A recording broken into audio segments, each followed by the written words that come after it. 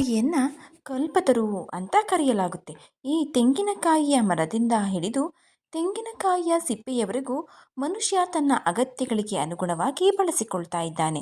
ಪುರಾತನ ಕಾಲದಿಂದಲೂ ತೆಂಗಿನ ಗರಿಗಳು ಮನೆಯ ಹೊದಿಕೆಯಾಗಿ, ತೆಂಗಿನಕಾಯಿಗಳು ಜೀವನಕ್ಕೆ ಅಗತ್ಯವಾದ ಆಹಾರವನ್ನಾಗಿ ಬಳಸುತ್ತಿದ್ದಾನೆ.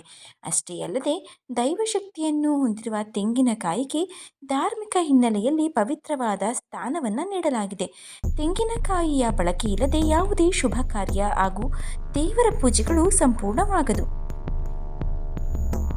ತೆಂಗಿನಕಾಯಿಯನ್ನು ಸಂಸ್ಕೃತದಲ್ಲಿ ಶ್ರೀಫಲ ಎಂದು ಕರೆಯಲಾಗುತ್ತೆ. ಶ್ರೀಫಲ ಎಂದರೆ ದೇವರ ಹಣ್ಣು ಎನ್ನುವ ಅರ್ಥವನ್ನು ನೀಡುತ್ತೆ. ಹಾಗಾಗಿಯೇ ವಿವಿಧ ದೇವರ ಕಾರ್ಯಗಳಲ್ಲಿ ತೆಂಗಿನಕಾಯಿಯಲ್ಲಿಯೇ ದೇವರನ್ನ ಆಹ್ವಾನಿಸಿ ಪೂಜೆಯನ್ನು ಕೈಗೊಳ್ಳಲಾಗುತ್ತದೆ. ಅದನ್ನೇ ನಾವು ಕಳಸ ಎಂದು ಕರೆಯಲಾಗುವುದು. ದೇವರ ಪೂಜೆಯಲ್ಲಿ ಒಂದು ತೆಂಗಿನಕಾಯಿಯನ್ನು ಒಡೆದು ನೈವೇದ್ಯ ಮಾಡಿದರೆ ದೇವರಿಗೆ 1 ಕ್ವಿಂಟಲ್ ಅಕ್ಕಿಯ ಅನ್ನ ಮಾಡಿ ನೈವೇದ್ಯ ಮಾಡಿದಷ್ಟು ಪುಣ್ಯ ದೊರೆಯುತ್ತದೆ ಎನ್ನುವ ನಂಬಿಕೆ ಇದೆ. ಹಿಂದೂ ಧರ್ಮದಲ್ಲಿ ಕೈಗೊಳ್ಳುವ ಎಲ್ಲ ಪೂಜಾ ಕಾರ್ಯಕ್ರಮದಲ್ಲೂ ಸಹ ತೆಂಗಿನಕಾಯಿಯನ್ನು ಕಡ್ಡಾಯವಾಗಿ ಬಳಸಲಾಗುತ್ತೆ. ಇನ್ನು ಧಾರ್ಮಿಕವಾಗಿ ಪ್ರಾಮುಖ್ಯತೆ ಪಡೆದ ತೆಂಗಿನಕಾಯಿ ಒಂದು ಸಾತ್ವಿಕ ಒಣಹಣ್ಣು ಎಂದು ಪರಿಗಣನೆಗೆ ತೆಗೆದುಕೊಂಡಿದೆ. ಪವಿತ್ರವಾದ ಈ ಹಣ್ಣು ಶುದ್ಧ, ಪವಿತ್ರ ಹಾಗೂ ಉತ್ತಮ ಆರೋಗ್ಯದ ಗುಣಗಳನ್ನು ಸಹ ಒಳಗೊಂಡಿದೆ. ವಿವಾಹ, ಮನೆ ನಿರ್ಮಾಣ, ಶುಭ ಕೆಲಸಗಳಿಗೆ ಸೇರಿದಂತೆ ಇನ್ನಿತರ ಸಮಾರಂಭಗಳಲ್ಲಿ ಇದನ್ನು ವಿಶೇಷ ವಸ್ತುವನ್ನಾಗಿ ಬಳಸಬಹುದು. ಹೋಮ ಹವನಗಳಿಗೆ ಇದನ್ನು ಅರ್ಪಿಸುವುದರ ಮೂಲಕ ದೇವರನ್ನ ಪೂಜಿಸಲಾಗುವುದು. ಧಾರ್ಮಿಕವಾಗಿ ಎಷ್ಟು ಪ್ರಾಮುಖ್ಯತೆಯನ್ನು ಪಡೆದುಕೊಂಡಿದೆಯೋ ಅಷ್ಟೇ ಪ್ರಾಮುಖ್ಯತೆಯನ್ನು ಔಷಧೀಯ ಕ್ಷೇತ್ರದಲ್ಲೂ ಪಡೆದುಕೊಂಡಿದೆ ಈ ತೆಂಗಿನಕಾಯಿ. ತೆಂಗಿನ ನೀರಿನಲ್ಲಿ ಹಾಗೂ ಎಣ್ಣೆಯಲ್ಲಿ ಸಾಕಷ್ಟು ಅನಾರೋಗ್ಯಗಳನ್ನು ಗುಣಪಡಿಸುವ ಶಕ್ತಿ ಇದೆ. ದೇವರ ಪೂಜೆಗೆ ತೆಂಗಿನಕಾಯಿ. ದೇವರ ಪೂಜೆಯಲ್ಲಿ ತೆಂಗಿನಕಾಯಿಯನ್ನು ಅರ್ಪಿಸುವುದರ ಮೂಲಕ ನೈವೇದ್ಯವನ್ನು ಮಾಡಲಾಗುವುದು. ನಂತರ ಅದನ್ನು ಜನರು ಪ್ರಸಾದವನ್ನಾಗಿ ಪಡೆದುಕೊಳ್ಳುವರು. ತೆಂಗಿನಕಾಯಿಗೆ ಇರುವ 3 ಕಣ್ಣುಗಳನ್ನು ಶಿವನ 3 ಕಣ್ಣುಗಳಿಗೆ ಹೋಲಿಸಲಾಗುತ್ತೆ. ತೆಂಗಿನಕಾಯಿಗೆ ಪೂಜಿಸುವುದು, ಅದನ್ನು ದೇವರಿಗೆ ಅರ್ಪಿಸುವುದರ ಮೂಲಕ ನಮ್ಮ ಮನದ ಇಂಗಿತವನ್ನು, ಬಯಕೆಗಳನ್ನು ಈಡೇರಿಸಿಕೊಳ್ಳಬಹುದು ಎಂಬುದು ನಮ್ಮ ನಂಬಿಕೆ. ಇನ್ನು ಪ್ರಾರ್ಥನೆಯಲ್ಲಿ ತೆಂಗಿನಕಾಯಿ. ದೇವರಲ್ಲಿ ಪ್ರಾರ್ಥನೆಯನ್ನು ಮಾಡಿಕೊಳ್ಳುವಾಗ ತೆಂಗಿನಕಾಯಿಯನ್ನು ತೆಗೆದಿಡುವ ಪದ್ಧತಿಯು ಅನಾದಿ ಕಾಲದಿಂದಲೂ ನಡೆದುಕೊಂಡು ಬಂದಿದೆ. ದೈವಶಕ್ತಿಯೊಂದಿಗೆ ಸಂಬಂಧವನ್ನು ಹೊಂದಿರುವ ತೆಂಗಿನಕಾಯಿಯು ನಮ್ಮ ಪ್ರಾರ್ಥನೆಯನ್ನು ದೇವರಿಗೆ ಕೇಳುವಂತೆ ಮಾಡುತ್ತದೆ ಎನ್ನುವುದು ಗಾಢ ನಂಬಿಕೆ. ಅಂತೆಯೇ ಮೊದಲು ಬಲಿಯ ರೂಪದಲ್ಲಿ ಪ್ರಾಣಿಗಳ ಬಲಿಯನ್ನು ಕೊಡ್ತಾ ಇದ್ರು. ಆಧ್ಯಾತ್ಮದ ಗುರು ಆದಿಶಂಕರಾಚಾರ್ಯರ ಕಾಲದಲ್ಲಿ ಅವರು ಪ್ರಾಣಿ ಬಲಿಯನ್ನು ನಿರಾಕರಿಸಿದ್ರು.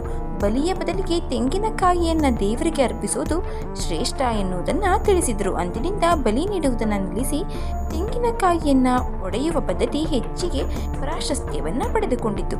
ದೇವಾಲಯದ ಮುಂಭಾಗದಲ್ಲಿ ಅಥವಾ ದೃಷ್ಟಿಯನ್ನು ತೆಗೆಯಬೇಕಾದ್ರೆ ನಾವು ತೆಂಗಿನಕಾಯಿಯ ಒಡೆಯುವುದನ್ನು ನೋಡ್ತಾ ಇರ್ತೀವಿ. ಅದನ್ನು ಈಡುಗಾಯಿ ಎಂದು ನಮ್ಮ ಆಡು ಭಾಷೆಯಲ್ಲಿ ಕರೆಯಲಾಗುತ್ತೆ. ತೆಂಗಿನಕಾಯಿ ಮಾನವನ ಶಿರವನ್ನು ಹೋಲುತ್ತದೆ. ತೆಂಗಿನಕಾಯಿಯ ಹೊರಭಾಗವು ಮನುಷ್ಯನ ಕೂದಲನ್ನು ಪ್ರತಿನಿಧಿಸುತ್ತದೆ.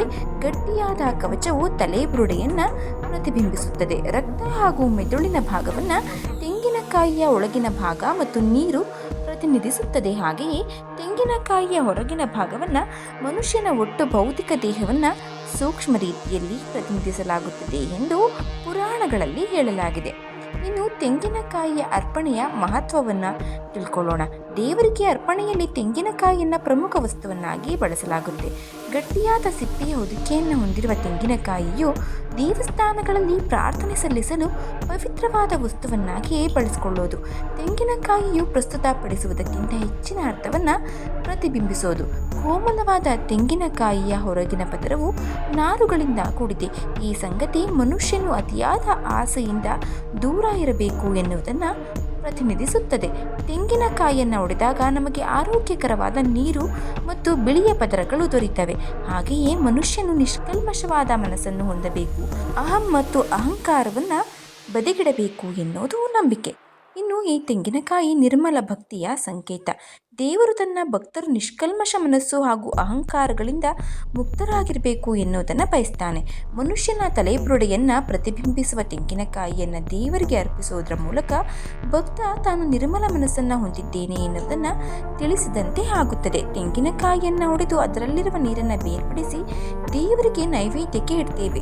ಇದರ ಅರ್ಥ ಮನುಷ್ಯನು ತನ್ನಲ್ಲಿರುವ ಅಹಂಕಾರ, ಸ್ವಾರ್ಥ, ಅಸೂಯೆಯ ಗುಣಗಳಿಂದ ಮುಕ್ತನಾಗಿ ನಿರ್ಮಲ ಭಕ್ತಿಯಿಂದ ದೇವರ ಚರಣಕ್ಕೆ ಶರಣಾಗಿದ್ದೇನೆ, ದೇವರಲ್ಲಿ ಅತ್ಯಂತ ಭಕ್ತಿ ಹಾಗೂ ಪ್ರೀತಿಯನ್ನು ಹೊಂದಿದ್ದೆ ಎನ್ನುವುದನ್ನು ತಿಳಿಸುತ್ತೆ. ಹಿಂದೂ ಪುರಾಣದ ಪ್ರಕಾರ ತೆಂಗಿನಕಾಯಿಯನ್ನು ಋಷಿ ವಿಶ್ವಾಮಿತ್ರನು ಸೃಷ್ಟಿಸಿದನು ಎಂದು ಹೇಳಲಾಗುತ್ತೆ. ರಾಜ ಸತ್ಯವ್ರತನು ಸ್ವರ್ಗಲೋಕದಲ್ಲಿ ಪ್ರವೇಶವನ್ನ ಪಡೆಯಲು ಪ್ರಯತ್ನಿಸ್ತಾನೆ. ಆದರೆ ಅಲ್ಲಿ ದೇವರುಗಳು ಅವನನ್ನು ಹೊರಗಟ್ಟುತ್ತಾರೆ. ಸತ್ಯವ್ರತನು ಸೂರ್ಯವಂಶದ ಪ್ರಸಿದ್ಧ ರಾಜ. ಅವನು ಧರ್ಮನಿಷ್ಠನು, ಧಾರ್ಮಿಕ ಕಾರ್ಯವನ್ನು ಬಹಳ ಭಕ್ತಿಭಾವದಿಂದನೂ ಮಾಡುವವನಾಗಿರ್ತಾನೆ. ಅವನ ಜೀವನದಲ್ಲಿ ಒಂದು ವಿಶೇಷವಾದ ಆಸೆ ಇರುತ್ತೆ. ಅದು ಅವನ ಮರಣದ ನಂತರ ಅವನ ದೇಹ ಸ್ವರ್ಗಲೋಕಕ್ಕೆ ಹೋಗಬೇಕು ಎನ್ನುವುದು. ಸತ್ಯವ್ರತನ ಆಸೆ ಪೂರೈಸಿದ ವಿಶ್ವಾಮಿತ್ರ. ಒಮ್ಮೆ ವಿಶ್ವಾಮಿತ್ರ ತಪಸ್ಸು ಮಾಡ್ತಾ ಇದ್ದಾಗ ಒಂದು ಬೃಹದಾಕಾರದ ಮರ ನೆಲಕ್ಕೆ ಉರುಳುತ್ತೆ. ಆ ಮರ ವಿಶ್ವಾಮಿತ್ರರಿದ್ದ ಭೂಮಿಯನ್ನು ಮರದ ಅಡಿಯಲ್ಲಿ ಸಿಲುಕಿಸಿಕೊಳ್ಳುತ್ತೆ. ಆಗ ಸತ್ಯವ್ರತ ರಾಜ ವಿಶ್ವಾಮಿತ್ರರ ಕುಟುಂಬಕ್ಕೆ ಆಹಾರವನ್ನು ನೀಡೋದ್ರ ಮೂಲಕ ಅವರ ಕುಟುಂಬವನ್ನು ಉಳಿಸ್ತಾನೆ. ಆ ಕಾರಣಕ್ಕಾಗಿ ವಿಶ್ವಾಮಿತ್ರ ಸತ್ಯವ್ರತನಿಗೆ ನಿನ್ನ ಒಂದು ಆಸೆಯನ್ನು ಪೂರ್ಣ ಮಾಡುವುದಾಗಿ ಹೇಳ್ತಾನೆ. ಅದಕ್ಕಾಗಿ ಒಂದು ಯಜ್ಞವನ್ನು ಮಾಡಿ ತ್ಯಾಗ ಮತ್ತು ಪ್ರಾರ್ಥನೆಯ ಶಕ್ತಿಯಿಂದ ಮಾಡಿದ ಯಜ್ಞದ ಫಲವಾಗಿ ಸತ್ಯವ್ರತನು ಆಕಾಶದೆತ್ತರಕ್ಕೆ ಬೆಳೀತಾನೆ. ಸ್ವರ್ಗದ ದ್ವಾರವನ್ನು ಸಮೀಪಿಸ್ತಾ ಇದ್ದಂತೆ ಅಲ್ಲಿದ್ದ ದೇವರಾಜ ಇಂದ್ರ ರಾಜನನ್ನ ಭೂಮಿಗೆ ತಳ್ಳಿಬಿಡ್ತಾನೆ. ಸತ್ಯವ್ರತ ಬೀಳುತ್ತಿದ್ದಂತೆ ವಿಶ್ವಾಮಿತ್ರ ಅದನ್ನು ಕಂಡು ರಾಜನನ್ನ ತಡೆದು ಜೊತೆಗೆ ಬ್ರಹ್ಮಾಂಡವನ್ನ ಮರುವಿನ್ಯಾಸಗೊಳಿಸುವುದು ಹಾಗೂ ಸತ್ಯವ್ರತನನ್ನು ಸ್ವರ್ಗಕ್ಕೆ ಕಳಿಸುವುದಾಗಿ ಘೋಷಿಸ್ತಾನೆ. ನಂತರ ದೇವತೆಗಳು ಶಾಂತಿಯನ್ನು ಪುನಃ ಸ್ಥಾಪಿಸಿ ರಾಜಿಯನ್ನು ಮಾಡಿಕೊಳ್ತಾರೆ ವಿಶ್ವಾಮಿತ್ರ ಮುನಿಯೊಂದಿಗೆ. ದೇವತೆಗಳು ಸತ್ಯವ್ರತನನ್ನು ಗಾಳಿಯ ಮಧ್ಯದಲ್ಲಿ ಇರಲು ಅನುಮತಿಯನ್ನು ಕೊಡ್ತಾರೆ. ಆದರೆ ಆ ಶಕ್ತಿ ದುರ್ಬಲಗೊಳ್ಳುತ್ತಾ ಇದ್ದಂತೆ ಸತ್ಯವ್ರತ ನೆಲಕ್ಕೆ ಬೀಳ್ತಾನೆ. ಇದನ್ನು ಅರಿತ ಋಷಿಗಳು ಅವನನ್ನು ಒಂದು ಉದ್ದನೆಯ ಕಂಬದಿಂದ ಹಿಡಿದು ನಿಲ್ಲಿಸ್ತಾರೆ. ಕಾಲಾನಂತರ ಆ ಕಂಬವು ತೆಂಗಿನ ಮರದ ಕಾಂಡವಾಯಿತು. ಸತ್ಯವ್ರತನ ತಲೆಯು ಹಣ್ಣಾಯಿತು. ಅಂದಿನಿಂದ ಬಾಹ್ಯಾಕಾಶ ಮತ್ತು ಭೂಮಿಯ ನಡುವೆ ಸತ್ಯವ್ರತನನ್ನು ಅಮಾನತುಗೊಳಿಸಲಾಯಿತು. ನಂತರ ತ್ರಿಶಂಕು ಎನ್ನುವ ಹೆಸರನ್ನು ಪಡೆದುಕೊಂಡನು. ಇದರಿಂದ ತ್ರಿಶಂಕು ಸ್ವರ್ಗ ಎನ್ನುವ ಕಲ್ಪನೆ ಮೂಡಿತು. ಇನ್ನು ಗಣೇಶನೊಂದಿಗೆ ಸಂಬಂಧವನ್ನು ಪಡೆದುಕೊಂಡ ತೆಂಗಿನಕಾಯಿ. ಹೀಗೆ ವಿಶ್ವಾಮಿತ್ರನಿಂದ ಸೃಷ್ಟಿಯಾದ ತೆಂಗಿನ ಮರವು ಗಣೇಶನೊಂದಿಗೂ ಸಹ ಸಂಬಂಧವನ್ನು ಪಡೆಯುತ್ತೆ. ಯಾವುದೇ ಶುಭ ಕೆಲಸ ಅಥವಾ ಕಾರ್ಯಗಳನ್ನು ಕೈಗೊಳ್ಳುವಾಗ ಮೊದಲು ಗಣೇಶನನ್ನು ಪೂಜಿಸಲಾಗುವುದು. ಗಣೇಶನಿಗೆ ತೆಂಗಿನಕಾಯಿಯನ್ನು ಅರ್ಪಿಸ್ತಾರೆ. ಆಗ ಎಲ್ಲ ಅಡೆತಡೆಗಳನ್ನು ಹೋಗಲಾಡಿಸುವನು. ದೇವರ ಸಾನ್ನಿಧ್ಯದಲ್ಲಿ ಮೊದಲ ಪ್ರಾರ್ಥನೆ ಮಾಡುವುದರ ಮೂಲಕ ತೆಂಗಿನಕಾಯಿಯನ್ನು ಹೊಡೆಯುತ್ತಾರೆ. ತೆಂಗಿನಕಾಯಿಯು ಮನುಷ್ಯನ ತಲೆಯನ್ನು ಹೋಲುವುದು. ಅದಕ್ಕಾಗಿ ಅದನ್ನು ಹೊಡೆಯುವುದರ ಮೂಲಕ ದೇವರಲ್ಲಿ ನಾನು ನಿನಗೆ ಶರಣು ಎನ್ನುವ ಭಾವನೆಯನ್ನು ವ್ಯಕ್ತಪಡಿಸೋದು. ಮೊದಲು ಗಣೇಶನ ಪೂಜೆಯನ್ನು ಮಾಡಿದ ಹಾಗೆ ಪೂಜೆಯಲ್ಲಿ ಮೊದಲು ತೆಂಗಿನಕಾಯಿಯನ್ನು ಹೊಡೆದು ನೈವೇದ್ಯವನ್ನು ಮಾಡಲಾಗುವುದು.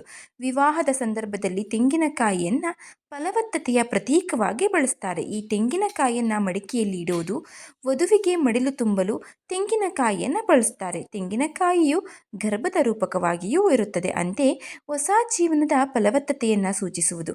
ಕೆಲವು ಪ್ರದೇಶದಲ್ಲಿ ವಧುವರನಿಗೆ ತೆಂಗಿನಕಾಯಿಯನ್ನೇ ಉಡುಗೊರೆಯಾಗಿ ನೀಡುತ್ತಾಳೆ. ವರನು ಅದನ್ನು ಜೀವನದ ಉದ್ದಕ್ಕೂ ಅಮೂಲ್ಯವಾದ ನೆನಪಾಗಿ ಸಂರಕ್ಷಿಸುತ್ತಾನೆ ಎಂದು ಹೇಳಲಾಗುತ್ತದೆ. ಇದು ಶ್ರೀಫಲ ಅಥವಾ ತೆಂಗಿನಕಾಯಿಯನ್ನು ನಮ್ಮ ಹಿಂದೂ ಧರ್ಮದಲ್ಲಿ ಹೆಚ್ಚಿಗೆ ಮಹತ್ವವನ್ನು ಕೊಟ್ಟಿರಲು ಕಾರಣಗಳು. ಈ ಮಾಹಿತಿ ನಿಮಗೆ ಸ್ವಲ್ಪನಾದರೂ ಇಷ್ಟ ಆಗಿದ್ದರೆ ದಯವಿಟ್ಟು ಶೇರ್ ಮಾಡಿ, ಲೈಕ್ ಮಾಡಿ. ವಿಡಿಯೋ ಬಗ್ಗೆ ನಿಮ್ಮ ಅನಿಸಿಕೆ ಅಭಿಪ್ರಾಯವನ್ನು ಕಾಮೆಂಟ್ ಬಾಕ್ಸ್ನಲ್ಲಿ ತಿಳಿಸಿ. ಚಾನಲನ್ನು ಸಬ್ಸ್ಕ್ರೈಬ್ ಮಾಡ್ಕೊಳ್ಳದೆ ನೋಡ್ತಾ ಇದ್ದರೆ ದಯವಿಟ್ಟು ಸಬ್ಸ್ಕ್ರೈಬ್ ಮಾಡಿಕೊಂಡು ನೋಡಿ. ಧನ್ಯವಾದಗಳು.